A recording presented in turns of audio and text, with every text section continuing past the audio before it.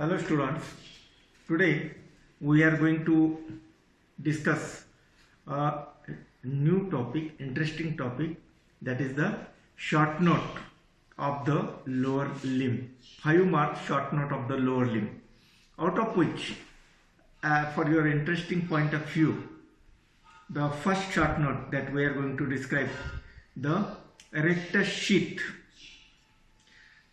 As all of you know, there are 4 anterior abdominal wall muscles.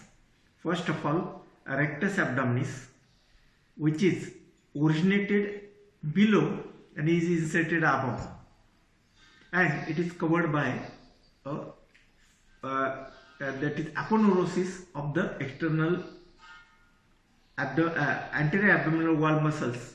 And the peculiarity, especially the boys knows very better, the rectus sheath, which is thrown into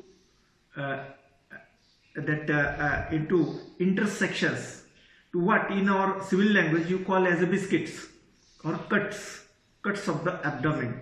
You know, it depends on that cuts are 4 pack, 2 pack, 6 pack. It depends on, there are intersections of this and rectus abdominis muscle. See the line that joining from the tip of the gymphatic process to the symphysis pubis is called as a linea alba on the surface of the abdomen, as all of you know. On both sides there is a right rectus abdominis muscle and left rectus abdominis muscle. On both sides it is there. Now this rectus abdominis muscle is covered by a sheath called as a rectus sheath. You know the 4 muscles of the anterior abdominal wall: rectus abdominis, external oblique muscle, internal oblique muscle, and transversus abdominis muscle.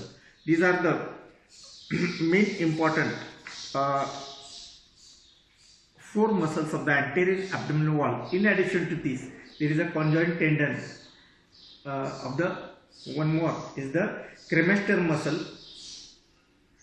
Cremaster muscle is there. So these 2 muscles are not so much important. These 4 muscles, first of all, first 4 major muscles are important of the anterior abdominal wall. That's about 2 mark question from the anterior abdominal wall. Now the actual rectus abdominis, both sides, that passes on either right and left side of the linea alba. So first of all,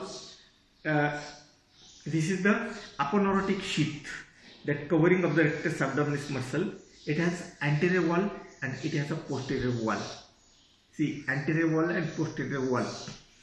See the diagram which is sent to you. The first diagram, where you will get the skin, superficial fascia, deep fascia, and the covering of that aponeurosis of this anterior abdominal wall muscles. The features: anterior wall, it is complete and covering the muscle from start to end to end. Then it is composition of a variable, composition of the some variabilities are there in the components, upper, middle and lower. Some components are little bit differ. Some arteries, name of the arteries, name of the nerves are differ in its components. Then it is firmly adherent to the tendinous intersections of the rectus muscle. It is firmly adherent. Secondly, the posterior abdominal wall muscle, it is incomplete. Being, see in the diagram, it is mentioned that posterior wall of the rectus abdominis muscle is incomplete, and composition is variable and free from the, it can be easily separated. It is not adherent to the anterior abdominal wall muscles. That anterior wall, which is adherent to the muscle directly, posterior wall is incomplete, and it can be separated very easily. Now the medial wall, it is anterior wall, medial wall, anterior wall, posterior wall, and medial wall. The fusion of the aponeurosis of the midline, it is called as the linea alba, that fuses. See, suppose these are 2 rectus abdominis muscle, there is a midline, that is linea alba. It is medially, anteriorly, posteriorly, and laterally. The lateral wall is there. Lateral wall is there. So medial wall is a fusion of the both aponeurosis, and that is on the surface mark. That line is being called as a linea alba.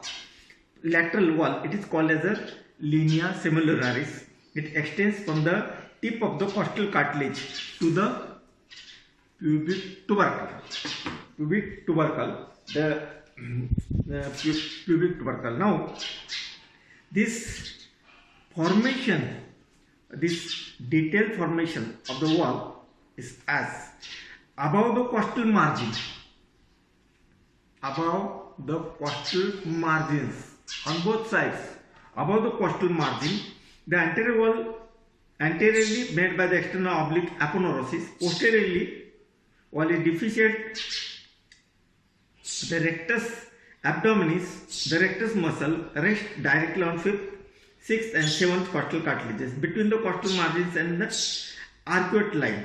Anterior wall, external oblique. See in the diagram, the anterior wall, external oblique aponeurosis and anterior lamina of the aponeurosis of the internal oblique.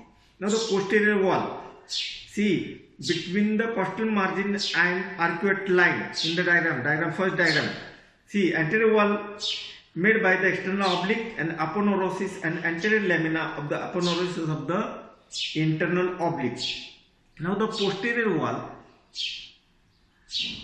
is made by the posterior lamina of the aponeurosis of the internal oblique and aponeurosis of the transversus abdominis muscle.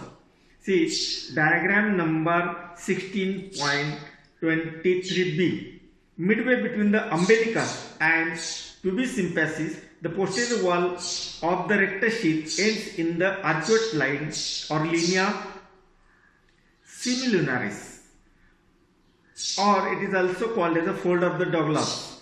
The line is concave downward. Now, below the arcuate line, about at the costal margin, below the arcuate line, and above the arcuate line and costal margin, then below the arcuate line, anterior wall is made by aponeurosis of the 3 flat muscles of the abdomen. The aponeurosis, the transverse and internal oblique are fused, but the external oblique aponeurosis remains separate. Posterior wall is deficient. The rectus muscle rests on the fascia transversalis. Now the content, what it consists of. It is covered by a sheath. Now what are the things in the interior of the rectus sheath? First of all, muscles. Rectus abdominis is the main content. Rectus abdominis muscle is the chief and largest content. Pyramidalis, the muscle pyramidalis is present, lies in front of the part of the rectus abdominis muscle. Now the arteries, nerves, muscle, that the pyramidalis is there, but main content is the rectus abdominis muscle. Now the arteries, superior epigastric artery and inferior epigastric artery. These are the two arteries. Veins, superior epigastric vein and inferior epigastric vein. The nerves, there are terminal parts of the lower 6 thoracic nerve, including the lower 5 intercostal nerves and the subcostal nerves. These are the main important 3 nerves. 6, upper 6, then the 5 intercostal, upper 6 thoracic nerve, 5 intercostal nerves and the subcostal nerves. Now see the arteries. Superior epigastric artery. The superior epigastric artery enters the sheath by passing between the costal and xiphoid origins of the diaphragm. It crosses the upper border of the transversus abdominis behind the 7th costal cartilage. It supplies the rectus abdominis muscle and anastomosis with the inferior epigastric artery. The inferior epigastric artery enters the sheath by passing in front of the arcuate line. Now the veins. The superior epigastric vena comitants accompany its artery join the vena comitants of the internal thoracic vein. Lastly, it opens into the thoracic vein. The inferior epigastric vena comitants accompany the artery, that is inferior epigastric artery, and join the external iliac vein. So see the difference in the superior and inferior epigastric veins that they open. I have told the nerves. Firstly, the lower 6 thoracic nerves, lower 5 intercostal nerves, and the costal subcostal nerves. These are the main important content in the nerve. Now, main important function of this. Why the nature has made this rectus sheath? It checks bowing of rectus muscle during the contraction and increase the efficiency of the muscle. Then maintains the strength of the anterior abdominal wall. You know, you must have seen the various bodybuilders. You know it. The rectus sheath is thrown into intersections, and what you call as the biscuits of the pecs. Even that, some people has the power. They have a control on the rectus abdominis muscle and all the muscles of the. You must have that Patanjali Ramdev Baba. He moves his abdominal organs along with that anterior abdominal wall muscles vertically as well as rotatory. So some people has a control on the muscles of the anterior abdominal wall and even that internal abdominal organ for the movements. Now see, this is a old concept. Nowadays anatomists has brought a new concept regarding the rectus sheath. See, rectus sheath is formed by the degustating fibers from the 3 abdominal muscles on each side. Each forms a bilaminar aponeurosis at their medial borders. Fibers from all 3 anterior leaves run obliquely upwards, while the posterior fibers run obliquely downwards at right angles to anterior leaves. Now the anterior sheath of the rectus, both the leaves of the external oblique aponeurosis and anterior leaf of internal oblique aponeurosis, and the posterior sheath. Posterior leaf is aponeurosis of the internal oblique and both leaves of the aponeurosis of the transversus abdominis. Fibers of each layer desiccate to the opposite side of the sheath. Fibers also dissociate between anterior and posterior sheaths. This is a new concept, anterior sheath and posterior sheath. 3 lateral abdominal muscles may said to be the digastric with central tendon to form the linea alba. So this is a new concept. Linea alba is a tendinous raphe. It is a raphe. It is also, the word raphe is there on the scrotum also. A raphe, a line of demarcation on the surface of the body. You must have been checked during the examination of the abdomen. A clear-cut line that separates the right and left anterior abdominal wall by a line of demarcation is there. It's called as a linea alba. This linea alba is a tendinous raphe between the gymphoid process above and symphysis pubis and pubic crest below. Above the umbilicus, the linea alba is broader, superficial. Fibers of the linea alba are attached to the symphysis pubis below, while deep fibers are attached to the behind the rectus abdominis to posterior surface of pubic crest. Now, what is fascia transversalis? What is fascia transversalis? It is a fascia derived from the aponeurosis of the transversus abdominis muscle. Inner surface of the abdominal muscles is lined by fascia, which is separated from the peritoneum by extraperitoneal connective tissue. That part of the fascia which lines the inner surface of the transversus abdominis muscle is called as the fascia transversalis. You know better that you must have seen that femoral canal. The anteriorly it is formed by the fascia transversalis and posteriorly fascia iliaca, the iliacus muscle fascia that makes the femoral canal. Now the extent of this fascia transversalis Anteriorly, it is adherent to the linea alba above the umbilicus. Posteriorly, it merges with the anterior layer of the thoracolumbar fascia and is continuous with the renal fascia. Now, superiorly, it is continuous with the diaphragmatic fascia. Inferiorly, it is attached to the inner lip of the iliac crest and to the lateral half of the inguinal ligament. At both these places, it is continuous with the fascia iliaca. Medially, it is attached to the pubic tubercle, the pubic crest and the pectineal line.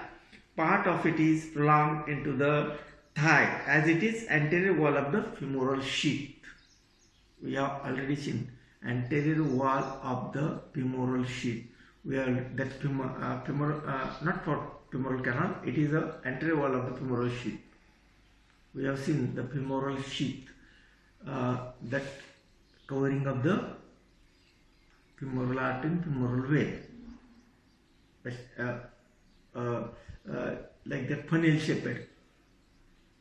Vertically, the lengths are differ. It is like a funnel.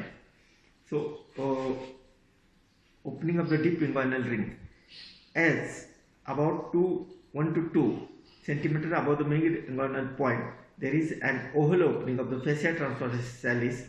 This opening is deep to the inguinal ring. The ring lies immediately lateral to the inferior epigastric artery. It transmits the spermatic cord in males and round ligament in the uterus in females. So what passes through that inguinal ring is the spermatic cord, and in female the round ligament of the uterus. Then the prolongations, a tubular prolongation of the fascia transversalis surrounds the spermatic cord, forming the internal spermatic fascia. Over the femoral vessel, the fascia transversalis is prolonged into the thigh as the anterior wall of the femoral sheath.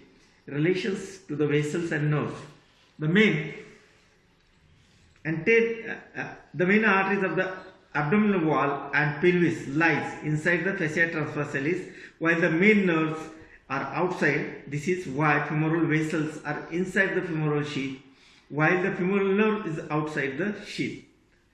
Diagram number, that is 3.11. Diagram number 3.11, which mentions why.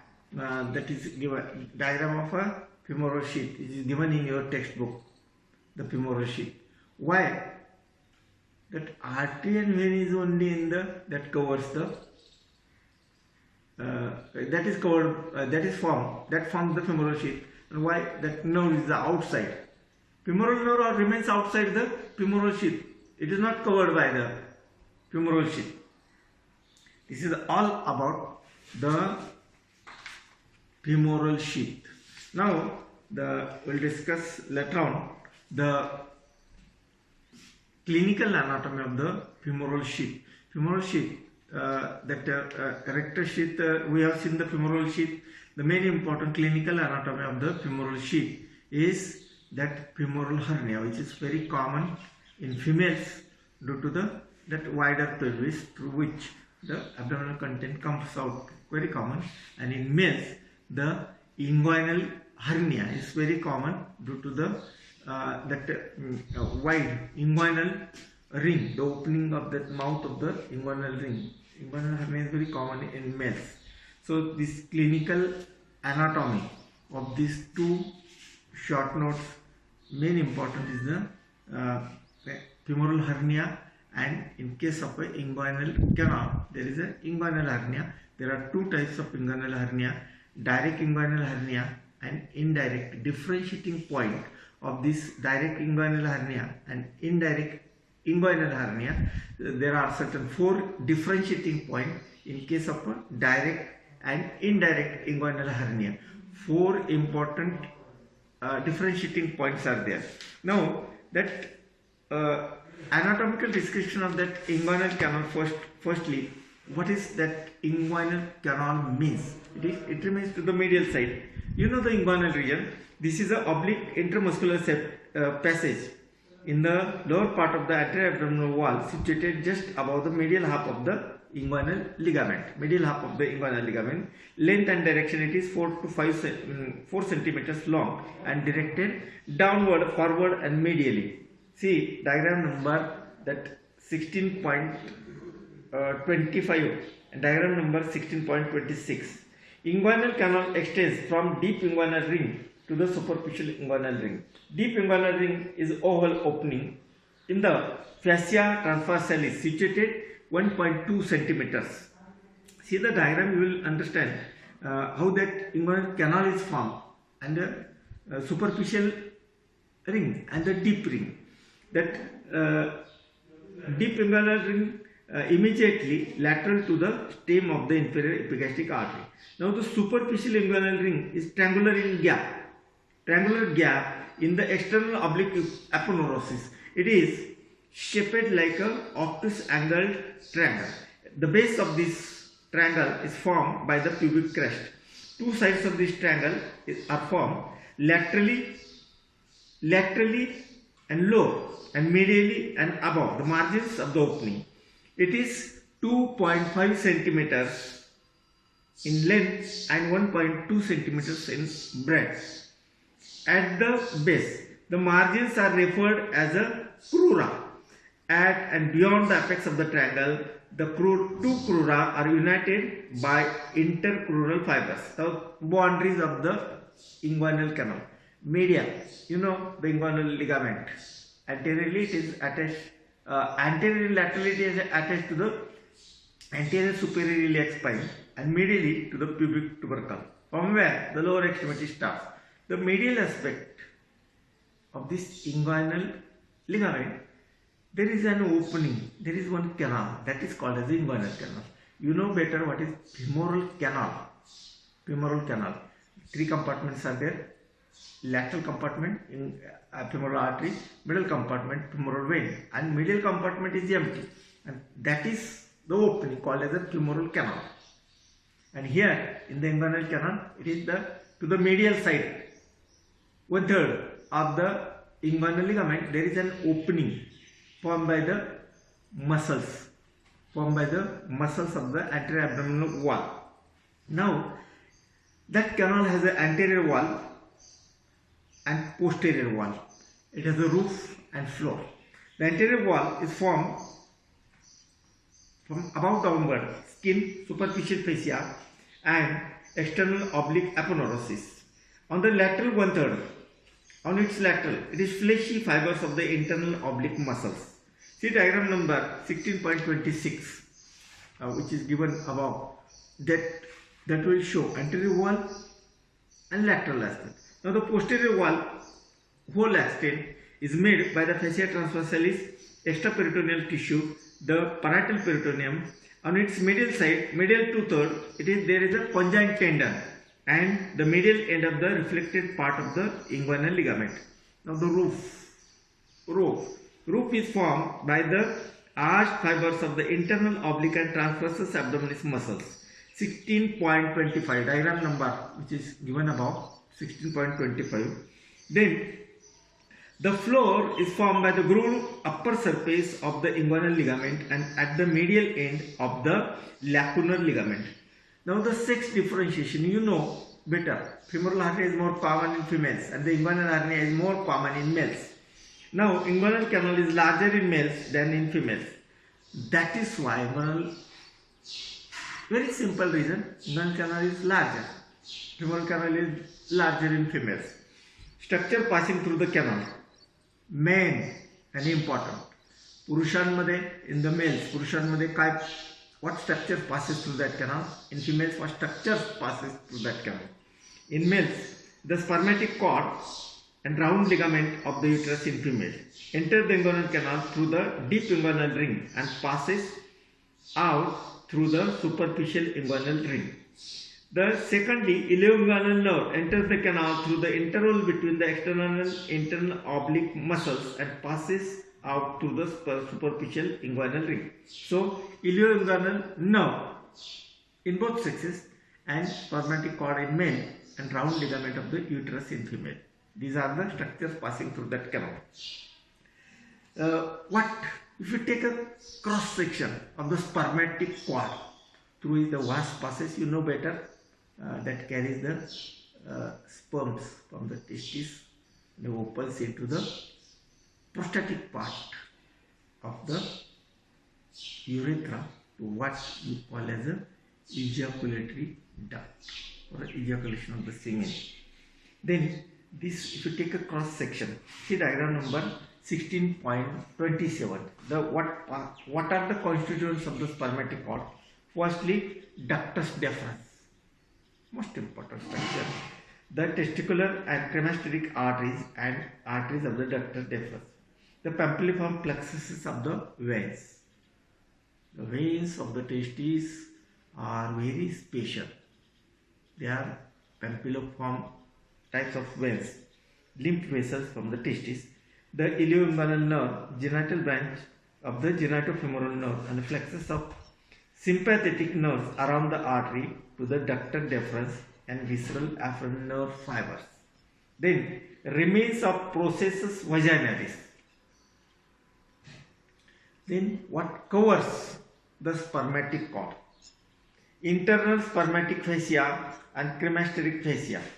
That from within outward, from अंदर से बाहर.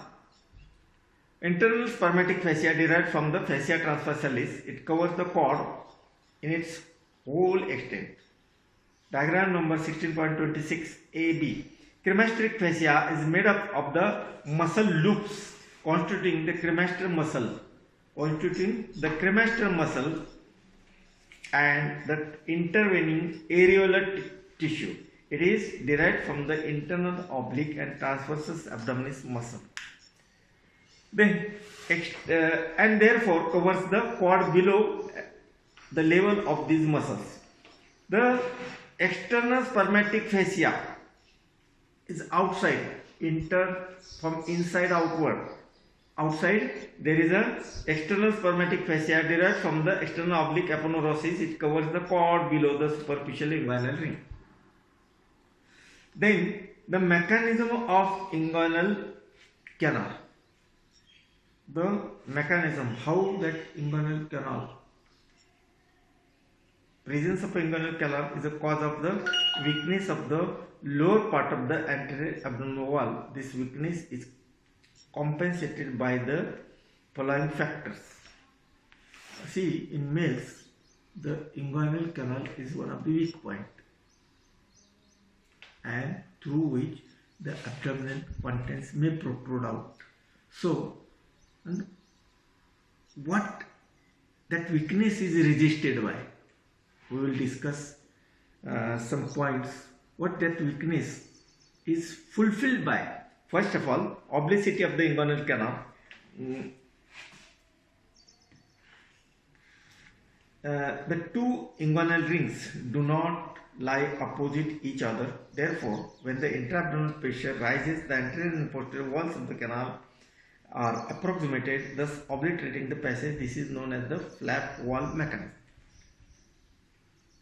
Internal and external rings, that is superficial and deep rings of the inguinal canal, are not on each other. That's why if any pressure coming from above is not released on the deep ring, superficial and deep ring. So it does not come on the deep ring. Second, the superficial inguinal ring is guarded from behind by a conjoined tendon and reflected by the inguinal ligament. There is a conjoined tendon that crosses it, and it is guarded. Thirdly, the deep inguinal ring is guarded from the in front by the fleshy fibers of the internal oblique muscle. Then, shutter mechanism of the internal oblique. This is a triple relation of the inguinal canal. It forms the anterior wall and the roof and the posterior wall of the canal. When it contracts, the roof is approximated to the floor like a shutter. The arching fibers of the transversus also take part in the shutter mechanism. That is, the shutter, like a shutter mechanism. The contraction of cremaster helps in spermatic cord to plug the superficial inguinal ring, that is ball wall mechanism. Contraction of external oblique results in approximation of 2 crura of the superficial inguinal ring, that is slit wall mechanism. The integrity of the superficial inguinal ring is greatly increased by the intercrural fibers. Then hormones, see the role of the hormones. Hormones may play a role in maintaining the tone of the inguinal musculature. Wherever there is a rise of intra-abdominal pressure, as in coughing, sneezing, lifting heavy weights of these mechanisms come into play, so that inguinal canal is obliterated, its opening are closed, and herniation of the anterior abdominal wall is prevented. This is made by nature, but naturally there is that point is weak, but still it is fulfilled by nature. The development of the inguinal canal is mainly in the life. The inguinal canal is very short, and it is developed from that gubernaculum through. It represents the gubernaculum. So don't bother regarding the development, how that develops. That is not under your syllabus. As the pelvis increases in weight, the deep inguinal ring is shifted laterally, and adult dimensions of the canal are attained. Now, although not least but important, valuable in your life, not only for the examination but for your life, throughout the life. What happens to the inguinal canal and what happens to the femoral sheath? Femoral sheath, generally there is no so much applied anatomy points to the femoral sheath, but we'll see the clinical anatomy of the inguinal hernia. Hernia, main important clinical anatomy is the hernia. What is a hernia? Protrusion of the abdominal content. It may be above, it may be below, it may be anteriorly. Generally, there is no posterior. There is no possibility of the protrusion of the abdominal content posteriorly. Anteriorly, there is a chance. Rectus, right-sided and left-sided rectus abdominis muscles are lined, and they are attached to each other, not attached, but they are in contact with each other, and naturally that is a weak point, and on the surface of the body it is called as a linea alba, and there is a remnant of the umbilicus vein, what you call as the umbilicus. This point of the umbilicus is a weak point through which the abdominal content, intestines may come out. Then through the femoral canal, the abdominal contents may come out. Through the inguinal canal, the abdominal content may come out, called as the inguinal hernia, femoral hernia, and umbilicus hernia. Very rarely, if that through the esophagus, or diaphragm has 3 large openings. That vesical opening, esophageal opening, and the aortic opening. These are the large openings. The abdominal content, especially this esophageal opening, the abdominal content may protrude into the thorax. That is very rare, but difficult condition, what you call as a diaphragmatic hernia. Abdomen, parts of the abdomen, contents of the abdomen may protrude. Naturally, due to the gravity, law of the gravity, the hernia is, but weakening of that, naturally, the openings are become larger. It may produces a favorable condition to pass these abdominal content into the thorax. That is called as a diaphragmatic hernia.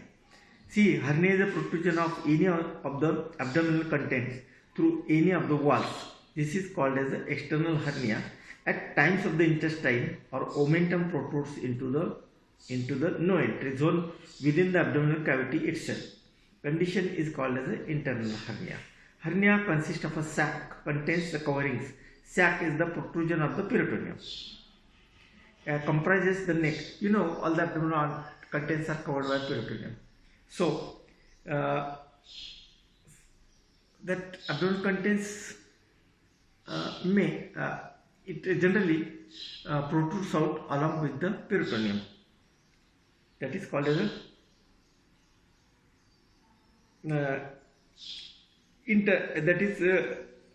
externally protrudes out from the abdomen. That is external hernia. If this zone within the abdominal cavity itself, abdominal cavity में अगर बाहर गया abdominal cavity में, so that is called as a internal hernia, external and internal hernia. Then hernia consists of sac. Sac is protrusion of the peritoneum and comprises the neck and narrow part and body and bigger part. Contents is mostly long mobile, keen to move out coils of small intestine or omentum or any other viscera. Anything, most commonly is the small intestine is protruded out. Coverings of the layers of the abdominal wall, which are herniated sacs. Complications: irreductibility, beginning of the loop of the intestine herniate out but comes back to the abdomen. At times, the loop goes out but does not return, leading to the irreducible hernia. Obstruction loop may get narrowed in parts so that contents of the loop cannot move forwards, leading to the obstruction. Strangulation, when the arterial blood supply blocked and loop gets necrosed. If it is strangulated, the blood supply will not reach and they get obstructed. Types of the abdominal hernia: internal hernia and external hernia. See, we have seen what is internal hernia. In the abdomen to abdomen, outside when that part goes outside the peritoneum.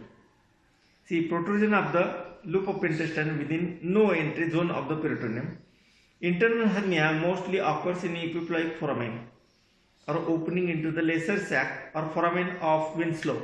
The loop mostly gets strangulated. It may also occur in paraduodenal foci. We already discussed all of these in the stomach and the duodenum. Now the external hernia, when it comes outside the abdomen, there are types of external hernia: umbilicus, para-umbilical, femoral, epigastric, incisional and lumbar. Lumbar is very rare. See, the umbilicus hernia, congenital umbilicus hernia, due to the non-return of midgut loop back to the abdominal cavity.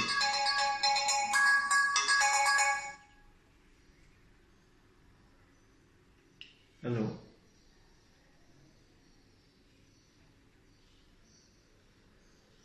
Hello.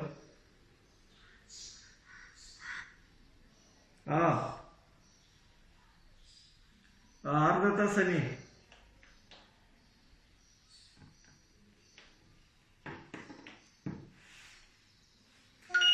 See, next hernia is the acquired infantile umbilicus hernia. In case of an infant, due to the weakness of an umbilicus scar, a part of a gut may seen protruding out. It disappears as the infant grows up. Infantile life, there is a herniation, that is through the umbilicus. As the child grows, the abdominal content again goes into the abdomen. Now the para-umbilical hernia, loop of the intestine protrudes through the linea alba around the region of the umbilicus. It comes out through the linea alba. two rectus abdominis muscles go out. Femoral hernia, we have already seen it is in the femoral, through the femoral canal that intestines comes out. Inguinal hernia, just to issue the through the inguinal ring, the abdominal contents comes out. When the protrusion occurs, when the deep inguinal ring, inguinal canal, superficial inguinal ring into the scrotum, it is called as a indirect or a oblique inguinal hernia. The inguinal hernia, the content may pass into the scrotum. That is in case of a indirect inguinal hernia.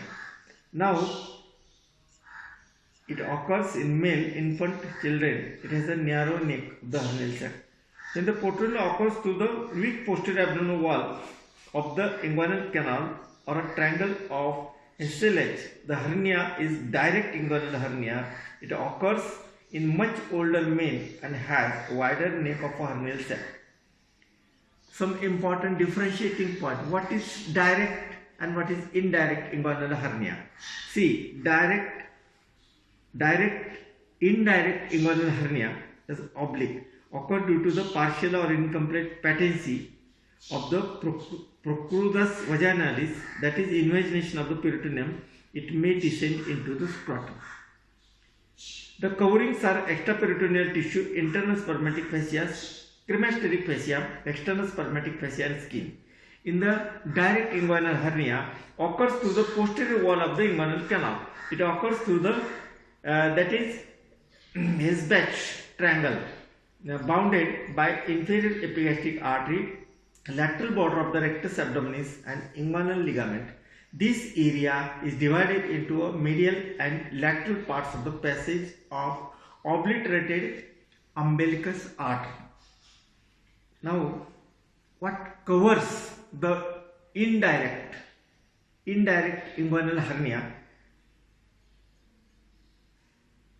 What covers the direct coverings of the direct inguinal hernia, extraperitoneal tissue, fascia transversalis, cremasteric fascia and external oblique fascia and skin. Now, coverings of the medial, this is about lateral, direct lateral and direct medial. It consists of the extraperitoneal tissue, fascia transversalis, conjoint tendon, external spermatic cord, fascia and skin. Almost similar contents are there, or the coverings are there to that hernia. Epigastric hernia, very simple. It is in the epigastric or that pit of the stomach, through which the upper part of the wide linea alba, you know the pit of the stomach, that epigastric fossa, from where the abdominal content may come out. Then divarication of the recti occurs in multiparous female with weak anterolateral abdominal muscles. Loop of the intestine protrude during the coughing but returns back. Incisional hernia. Incisional, the name itself suggests. What is incisional? We take cut, a surgical incision during the operatives of the surgery. They may become weak. So, occurs to the anterolateral abdominal hernia when some incisions were made for the surgery involving cutting of the spinal nerves.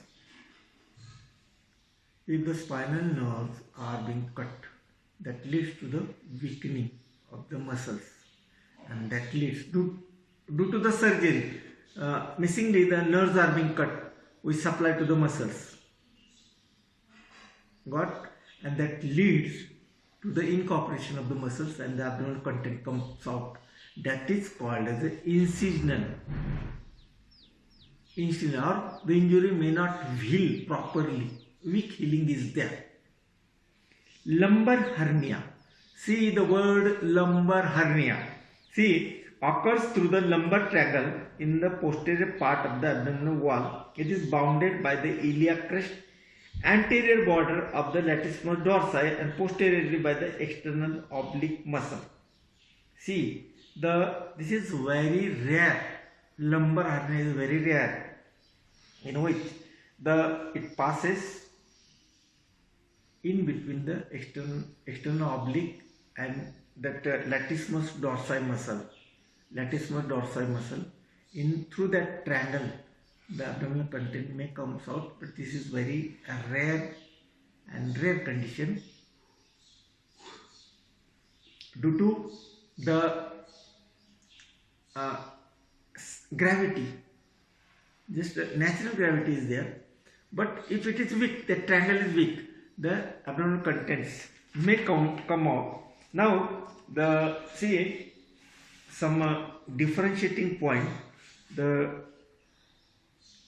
differentiating point of the direct inguinal hernia and indirect inguinal hernia. How will it differentiate? The etiology.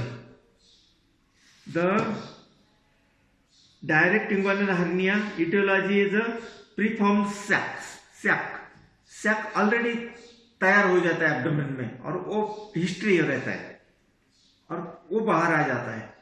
So history is of a sac.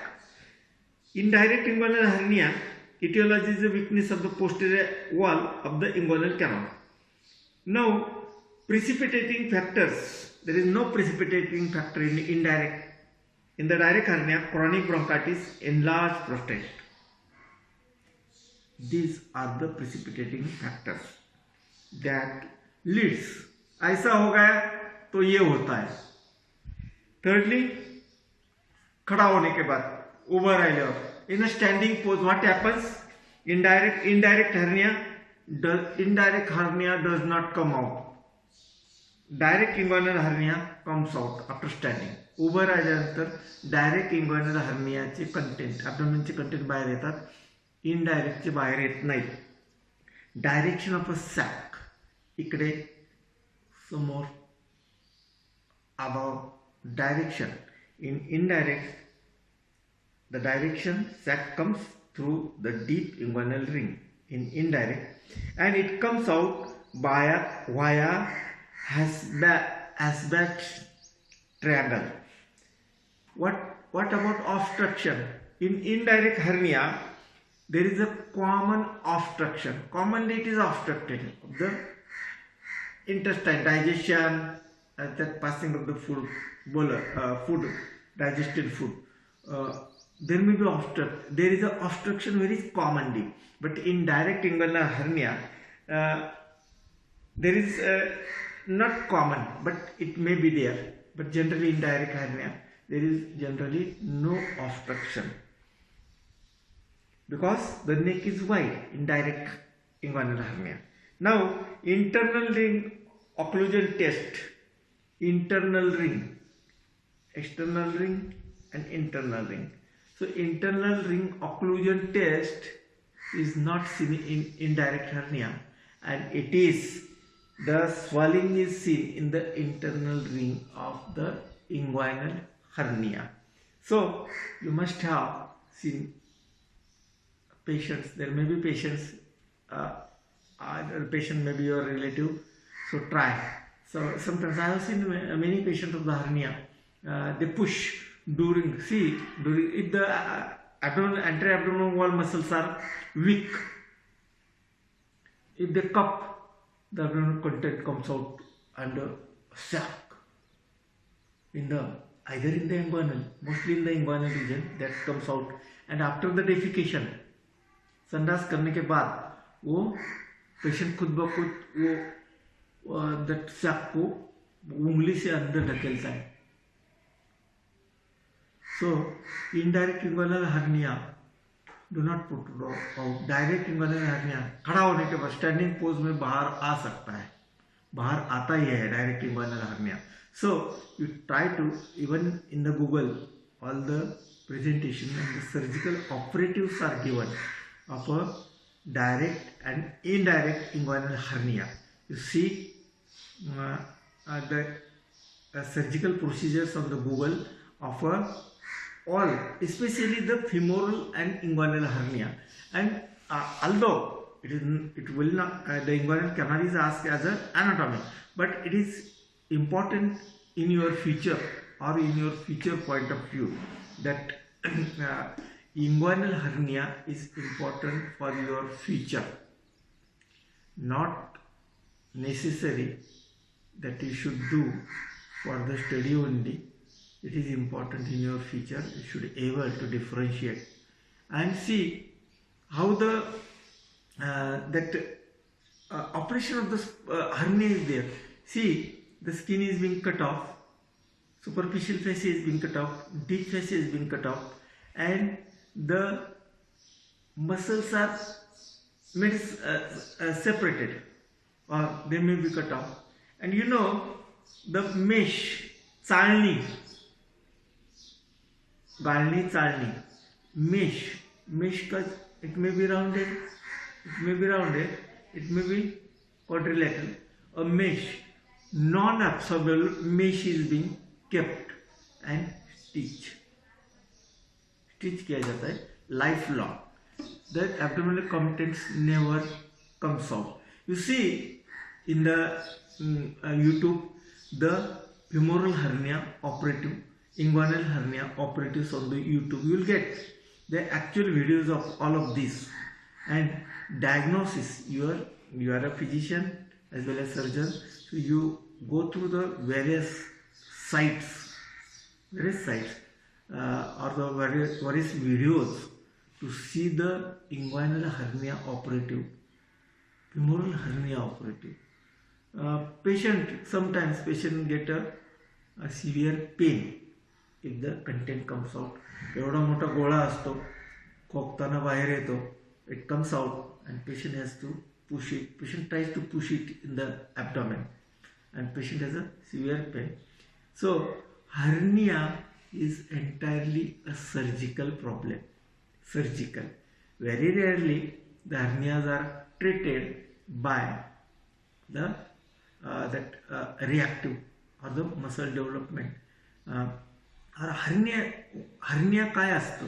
Hernia म्हणजे entry ॲब्डोमिनल wall, ते muscles आणि अपोनेरोसिसचा अशक्तपणा, or the muscle fail to keep abdominal organs inside the abdominal cavity, and that is weakness of the anterior abdominal wall muscles leads to the protrusion, especially anterior abdominal wall. The aponeurosis, the muscles become weak, and that place may be weak, that opening may be weak, and the abdominal content, the abdominal contents may be that pressurized and a favorable condition to protrude out. So try to know what is direct inguinal hernia and what is indirect inguinal hernia.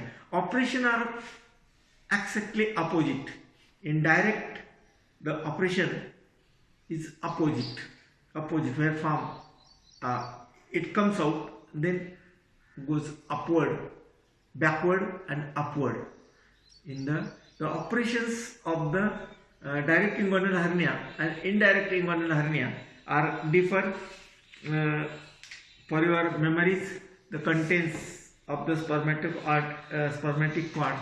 Spermatic cord मध्ये another 2 marks question. What are the contents of the spermatic cord? Spermatic cord मध्ये काय असतं? वास असतो, main important वास. Testicular artery or ovarian artery, not ovarian artery, sorry, testicular artery. Then the nerves, the genital branches, the genitofemoral nerve, ilioimbadal nerve and autonomic nerve. And 3 things: ductus deferens, then papillum, form plexus of the veins, and remains of the processus vaginalis. These are the contents. This is a 2 marks question. Then in the rectus sheath, the 2 marks question is there. In case of a rectus sheath, what are the contents of the rectus sheath? The rectus sheath contains mainly the rectus abdominis muscle and the muscle in the lower part, the cremaster muscle is there, and conjoint tendon in the lower part. Mainly the rectus abdominis muscle, superior epigastric artery, inferior epigastric artery, superior epigastric nerve and inferior epigastric nerve. They are the main important contents. The arteries, veins and nerves. The nerves are intercostal nerves, lower 5, and thoracic lower 6 nerves, and the, the subcostal nerves. Lower 6 thoracic nerves, lower 5 intercostal nerves, and subcostal nerves. These are the contents of the rectus sheath. The rectus sheath generally, as per the weightage, is not asked as a 5 marks short note, but the inguinal hernia or inguinal canal may be, because it comes into the lower extremity. Abdomen has no weightage of the 5 mark, only 20 marks questions are there. But as a preparation point of view, you must know the inguinal hernia as well as the rectus sheath. Rectus sheath you must know, because the weak point from where the chances of the protrusion of the abdominal content is more. For example, in childhood, the umbilicus gets weakened through that epigastric region. The may come out. The aponeurosis, that linea alba may be weak. There are some natural points at where the males are weak. For example, inguinal canal. Females are weak in case of that femoral canal. Femoral canal is due to the wider pelvis. That femoral canal is more wide. The nature has made it more wide, and chances is more. Then the contents of the spermatic cord. Main important was difference: the pampiliform plexuses, the testicular artery, and processus vaginalis. These are the contents. Processus vaginalis.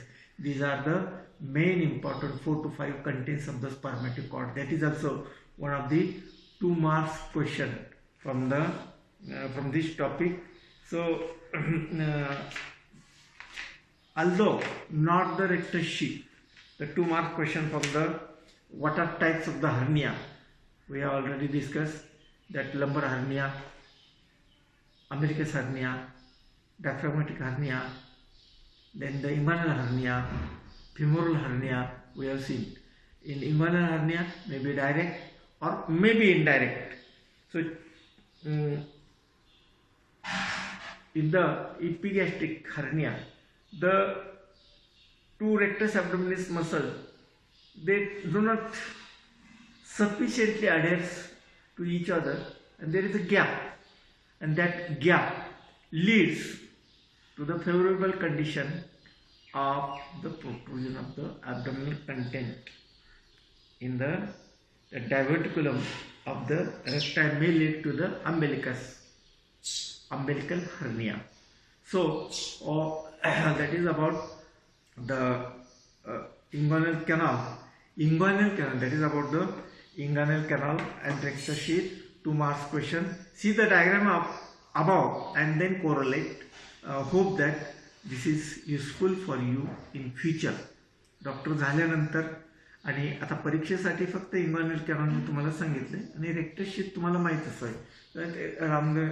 तुम्ही body builder पाहता 6 पॅकवाले 4 पॅकवाले, तो rectus ॲब्डोमिनिस muscle असतो दोन्ही बाजूचा आणि त्याचे it is transaction. ते rectus ॲब्डोमिनिस मध्ये इंटरसेक्शन्स असतात. एकच मसल असतो पण after the exercise there is a intersections. It is throne into intersections and त्यालाच आपण पॅक म्हणतो किंवा बिस्किट म्हणतो. that is the main important conclusion, message to home. And inguinal hernia, पहिल्यांदा inguinal ring समजून घ्या. what is inguinal ring?